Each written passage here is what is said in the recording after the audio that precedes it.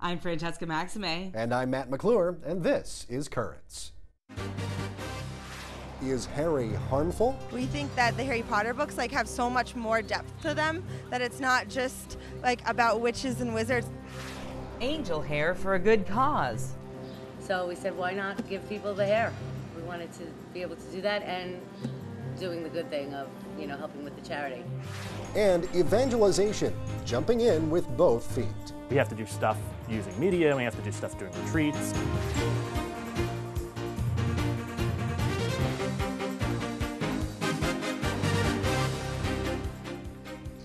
Good evening. Well, where were you at midnight? I know, I was at home sleeping. Me too. But hundreds of people in Manhattan were lined up for the first screening of Harry Potter and the Half-Blood Prince. And there is no question, the series has its fans, but not everybody's wild about Harry. 6 years ago, before he became Pope Benedict XVI, Cardinal Joseph Ratzinger wrote that the books deeply distort Christianity and the soul. That's right, but that didn't seem to be bothering those who showed up at the Ziegfeld Theater last night to get a first look at the latest Harry Potter wizardry. Is Harry healthy or harmful? Our own Natalia Ortiz went to find some answers.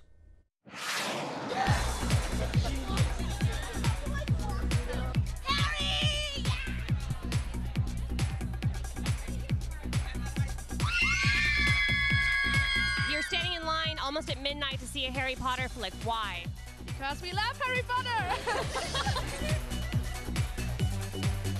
Harry Potter frenzy is officially in full gear here in New York City, and people of all ages are willing to stand in line for hours to see the flick. But the question is, should people of all ages be standing in line?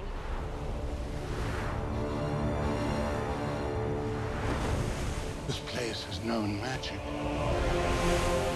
The latest film in J.K. Rowling's popular series, Harry Potter and the Half-Blood Prince, premieres today in movie theaters around the country. 12 years ago, the first book in the series, Harry Potter and the Philosopher's Stone, created a wave of controversy among some who argued it was harmful to children because it encouraged them to practice witchcraft.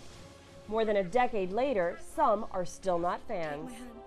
I have a 13-year-old son. I don't like all those wizards and fairies and all that other. I don't believe in it. Many of the fans from the early years are all grown up now and disagree it negatively impacted them. I think it's totally ridiculous. I think it's just a great story. I don't think people should read into it and come out with that crazy stuff. Child psychotherapist Roger Rosenthal says some caution should always be exerted. I don't see the movies as harmful per se, but I would see that parents who just let their kids, watch the movies no matter what age they were and without discussing it with them, then I would see that it's potentially problematic. Meantime, the Vatican newspaper this week offered a mixed review of the movie, but it did say that it, quote, made the age-old debate over good versus evil crystal clear. Does that mean parents should toss all concerns out the window? I think for younger children, some of the content can be scary because they have that difficulty making the distinction between reality and fantasy, that an older child knows that this is done on a movie set. But I also think that in moderation, that kids can tolerate certain levels of violence as long as they know that they're fake and they're not real. I would want to be careful if I notice my kid drawn to a series of violent media, whether it be video games or movies or books, because that would start to clue me in that maybe there's an issue going on. As far as the Harry Potter story is concerned, this fan thinks the issues go beyond the obvious theme. We think that the Harry Potter books have so much more depth to them, that it's not just about witches and wizards. She uses that as a way to talk about issues, even theology, politics, sociology, everything. In my life, I've seen things that are truly horrific. Now I know you will see worse. Rosenthal adds that the story sends positive messages about friendships, loyalty, and competition. And he has one last bit of advice for parents who may be concerned. Kids always need to be in a dialogue with their parents, and that, if parents can, that they should be reading the books and watching the movies along with their kids. I have to do this. And with one more book still to be filmed, parents and children will have plenty of Harry Potter material to talk about.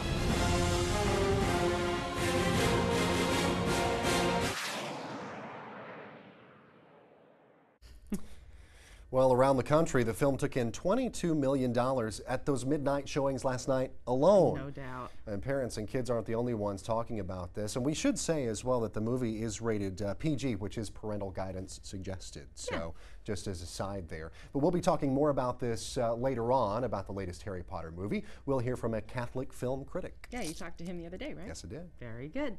And there's much more current straight ahead, including all the day's headlines.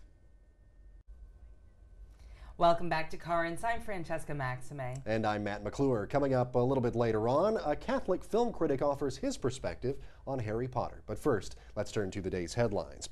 Well, Harry Potter deals with witchcraft, and today there's news of a South African man on the road to sainthood for resisting witchcraft. Benedict Daswa was murdered in 1990 after repeatedly rejecting practices associated with witchcraft. His diocese in South Africa calls Daswa a, quote, genuine martyr for the faith. From Russia, the government there may be closer to diplomatic ties with the Vatican. The Secretary General of the Russian Bishops' Conference tells Catholic News Service that relations between the Catholic Church, the Russian government, and society in general have significantly improved. Well, back in this country, Supreme Court nominee Sonia Sotomayor is not answering questions about her personal feelings on abortion. In testimony on Capitol Hill, Sotomayor rather referred to a past case, saying the court had reaffirmed, quote, that a woman has a constitutional right to terminate her pregnancy in certain circumstances. A White House spokesperson says the nominee to be Surgeon General shares President Obama's views on abortion. In a statement, the spokesman says that Dr. Regina Benjamin, quote, believes it is important to try and seek common ground to try to reduce the number of unintended pregnancies. Benjamin is also a board member of the organization Physicians for Human Rights, which has at times advocated for abortions overseas. Turning closer to home now, Farrah Fawcett passed away last month, but her death has brought attention to some causes close to her heart. Her beauty undeniable, her smile unparalleled, her hair what made her a one-word icon, Farrah. But beyond the pinup poster and the Charlie's Angels do was a woman, an actress, an advocate for women's rights, someone who, through her films The Burning Bed and Extremities, helped champion the often silent and stigmatized cause of domestic violence and abuse. Domestic violence, as we understand it in the field, really is more than just physical abuse, and that's what people think about. It's almost the most visible. You think of someone with a black eye. Catherine Chagru dos Santos works at Sanctuary for Families, a New York-based refuge for abused women and their children. There's emotional abuse, psychological abuse, and of course there's economic abuse, where someone's access to resources and their ability to support themselves and be economically independent in order to be safe is taken away. Rosa Garro knows this story all too well. Married with children, she left the Dominican Republic to make a new life in the U.S. with her family, only to have her husband follow and the abuse continue. At that time, one day he tried to choke me in front of my kids.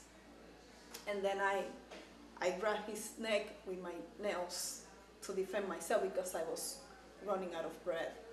And then I ran out to the street, and then he ran out too, and I called the police. I called 911, nobody responded. Perhaps even more horrifying, the story of Moreno Moore. Abused by 2 husbands and 1 boyfriend, she fought off her attackers several times as each tried to take her life or their own. When I made up my mind to leave him, he decided he's going to kill himself. So he got a kitchen knife, and my presence was I was on my way to go to work and plunged it near to his heart. And when I tried to fight him away from doing it, he pushed me out of the house and he pulled the knife back and then plunged it back into him. And so to today's setting, the Beehive Salon in Williamsburg, where Feathers for Farrah is helping all women look and feel beautiful. In honor of the actress who succumbed to cancer last month, they're replicating the flip do's in her honor.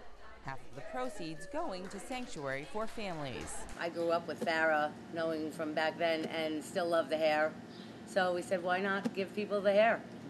So we wanted to be able to do that and doing the good thing of, helping with the charity. I think it's a terrific project. We're very grateful for it, and we're grateful that there is additional attention being brought to this through the aid of celebrities, through the aid of journalists, and people who actually care about this. The programs range from education and outreach to actual shelter and housing. Sanctuary helped over 8,000 women last year alone. I have seen many families that they were restored in the counseling, in the program that I was working with. And that made me feel very good. Children being restored, going to college, doing good, getting out of the gangs. So it's been a good experience working with Sanctuary for Families and the mentor. I'm very grateful for them because they opened my eyes to a lot of things. They opened my eyes.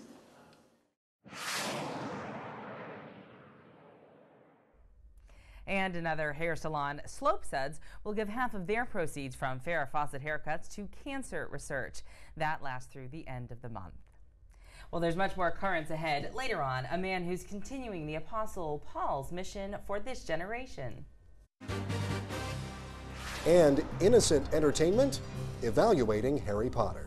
The wise advice of a priest who said that the Catholic Church has always taught and will always teach that the arts are a gray area.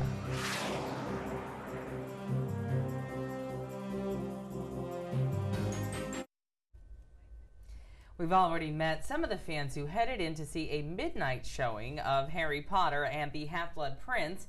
The Vatican newspaper, though, didn't exactly rave, saying the film contains references to New Age spirituality and perhaps gives kids the idea that they can access supernatural powers. Critics say this is, quote, misinformative and even anti-Christian. That's right, but at the same time, the paper says that after seeing the movie, what sticks with people is friendship, altruism, loyalty, and the gift of oneself. Confusing? Well, yesterday I had the chance to speak with Steve Gradanis, a critic for Decent Films, to try and make sense of it all.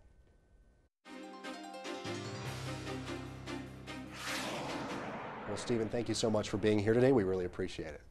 Thank you. Well, talking about the Harry Potter movie, the newest one, Harry Potter and the Half-Blood Prince, I actually titled it, I always make myself a little cheat sheet here.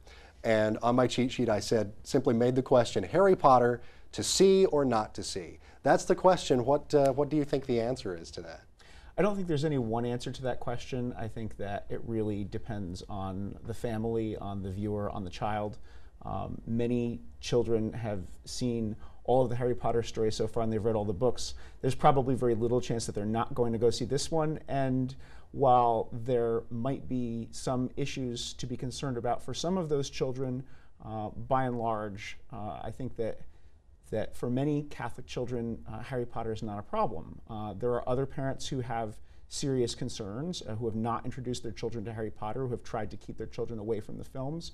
And in many cases, they have reasonable grounds for concern. I think that Harry Potter is a good case in point of the wise advice of a priest who said that the Catholic Church teaches, has always taught, and will always teach that the arts are a gray area. Yeah. And Harry Potter really exemplifies that, I think. Right.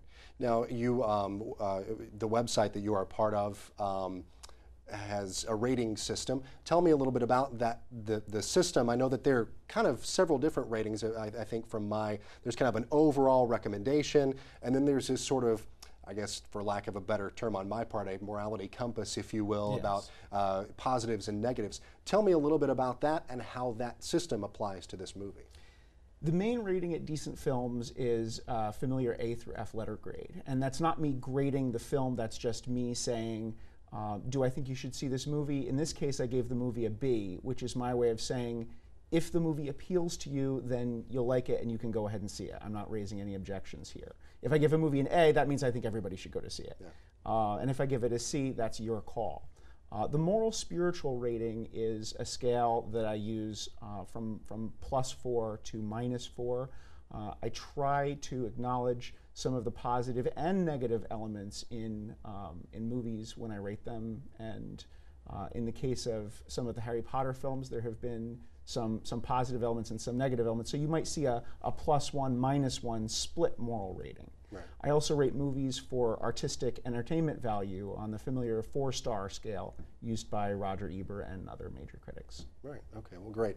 Now, how does this film maybe differ from some of the past films in the series as far as its morality and spirituality, and not so much addressing those issues, but dealing with those issues, I guess, and even some other differences stylistically or that sort of thing. What are the differences between this movie and past Potter films? Following the books, the Harry Potter movies have been getting darker and more mature. And Harry Potter and the Half-Blood Prince, which is the penultimate film in the story, it's followed by only the final chapter, Harry Potter and the Deathly Hallows, is in many ways the darkest and the most mature story that we've seen. The emphasis is less on magical spectacle and fantasy elements and more on the emotional heart of the characters, on the relationships, and on the moral choices that the characters have to make. In fact, some of the changes that have been made from the book to the movie have emphasized that. There's a critical moment in the climax of the story in the book where Harry Potter is not a morally acting character at all. He's been sidelined. He's been taken out of the story. I don't want to give anything away, but the movie gives him a moral choice to make at that point, and that was one thing that I appreciated about the film in relation to the book. Right. Now, we were talking about earlier, I've seen all of the films, and you know, I have found them enjoyable. Where does it cross the line between going to a movie and finding it enjoyable and letting a movie or series of movies or books or whatever kind of take over? And you know, we were talking a little bit before we went on the air about, you know, I'm sure there are probably a lot of Harry Potter fans, a lot of, say, Star Wars fans maybe, who think I'm really a wizard or I'm really a Jedi, that kind of thing. Where does it cross the line? That's absolutely a legitimate concern, and as Catholics we have to keep in mind two fixed principles. And the first is that our faith teaches us that any kind of magic, spells, seances, charms, anything like that is not only superstitious and foolish, but is contrary to the first commandment. And so it's contrary to the honor and the faith that we owe to God alone. And as Catholics, we can't bracket our moral concerns and separate them from our entertainment life. Vatican II taught that the objective moral sphere coordinates and organizes everything else that we do as humans. So that includes art and entertainment. On the other hand, Christian imagination and Christian culture has historically made room for stories that include magic, for fairy godmothers and magic rings and magic swords and this whole kind of thing. So it's very important to keep in mind the distinction between the world of imagination and the real world. These stories, including the Harry Potter stories, can be enjoyed as entertainment. They can also become the objects of obsessive and disproportionate devotion, particularly I think in young readers, and that can take them out of the real world, and that's definitely something for parents to be concerned about. All right. Okay, well, Stephen, thank you so much for being here. We'll link up to your website on our website. I'll put some information about you and your site in the blog and direct people that way. Thank you so much for being here. Thank you very much.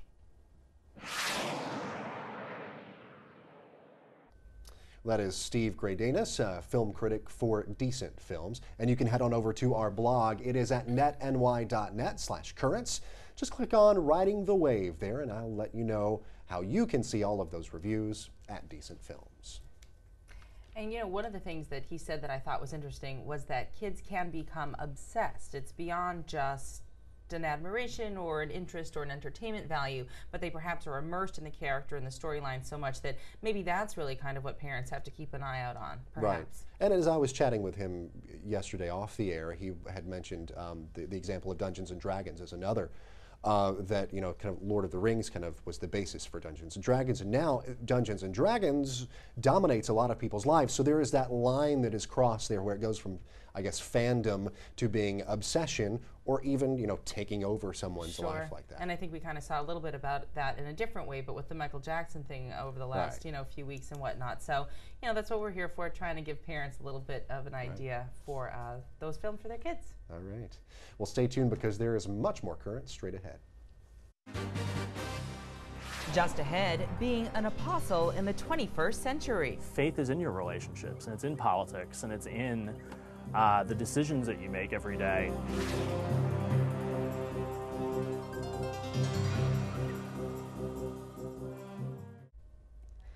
Well, a couple of weeks ago, we introduced you to the gang over at Busted Halo, who use new media to spread the gospel. Sure do. And tonight, we hear from one of the stars of the Busted Halo podcast, who shares with us his powerful and passionate vision. Mike Hayes, a senior editor at Busted Halo, is our eyewitness.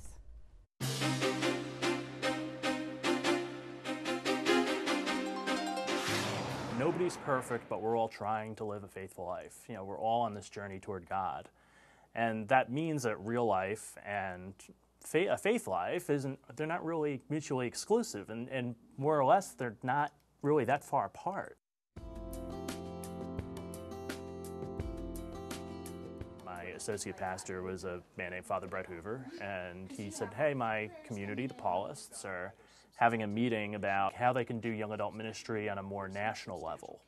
And so they've asked us to gather some people who've been doing things locally in our local parishes. I was wondering if you can come. And I was like, sure. By the end of the meeting, I was running the office. I mean, I was like, okay, you know, we have to do stuff using media, we have to do stuff doing retreats, and I can help you do all that kind of things. And they offered me a job. Yeah, okay, that's good. I really think it's doing what Jesus did. It's that Jesus was an itinerant preacher. That was the media of the day. You know, St. Paul was a letter writer, so he took it to the next level. And Isaac Hecker, who's the founder of the Paulists, was the first Catholic publisher.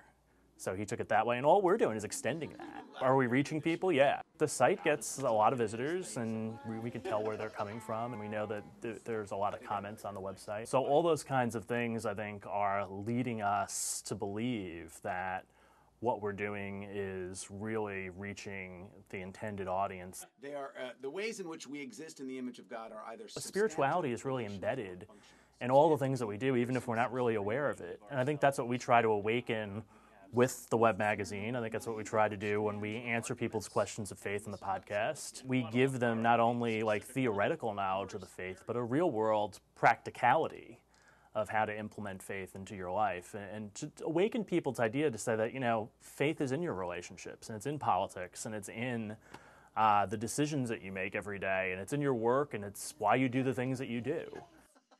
People who are in their 20s and 30s who, I call them the now whats or the so whats. Like, they might be very successful, but there's something there that just doesn't, it's not working. You know, they want more. Life's really dealt them a hard hand, and now they're like, life's got to be about more than this. We had a woman on the retreat at one point who was abused. I mean, who, you know, came in, she was slumped over, she didn't talk much, she, you know, didn't really even seem like she wanted to be there, and a friend had invited her to come on because she knew she had had this experience. And Father Brett saved that woman's life. And that woman is a different person. You know, I just went to her wedding not that long ago. And from going from where she was to being able to be a wife and a mother and to really be a healthy person once again, can't beat that. And that's bringing God into someone's life and awakening them to the fact that God loves them, despite the fact that bad things happen to them. That, you know, life is going to be difficult, but God is still going to be there on that journey, and awakening them to the fact that God has always been with them, even during those tough times. I think that's, you know, that to me allows me to say, yeah, you know what, we're doing good work here.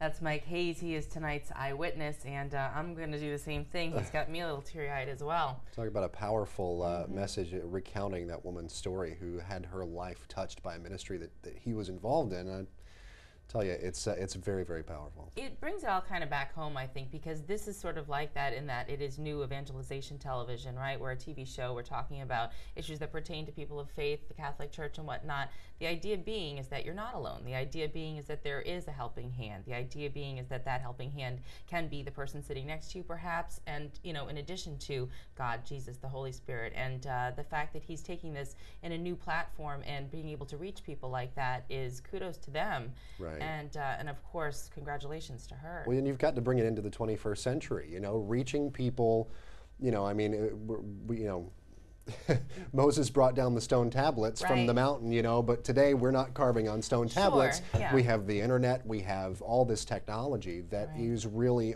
being of use. television, for example, as well. Right, absolutely. The blog, the emails, everything like that. Right. And you know, having such an online presence as we do here at Currents and in the net as well enables us to kind of get to a broader audience globally, actually. So it's kind of nice that everybody's embracing this. I think it's cool. Right, right. And my family watches from Georgia, so that's kind of cool too. They do. All right, well, that is all for this edition of Currents. On tomorrow's show, tune that guitar and warm up that voice. Open mic night is coming to a parish near you. And remember, you can always watch us online. The address there is netny.net/currents, and you can see clips of the show and leave your own comments. You could also let us know what you think. Send us any story ideas you have as well via email. The address is dropusaline@currentsny.net. Thank you so much for watching this edition of Currents. I'm Matt McClure. And I'm Francesca Maxime. Have a great night.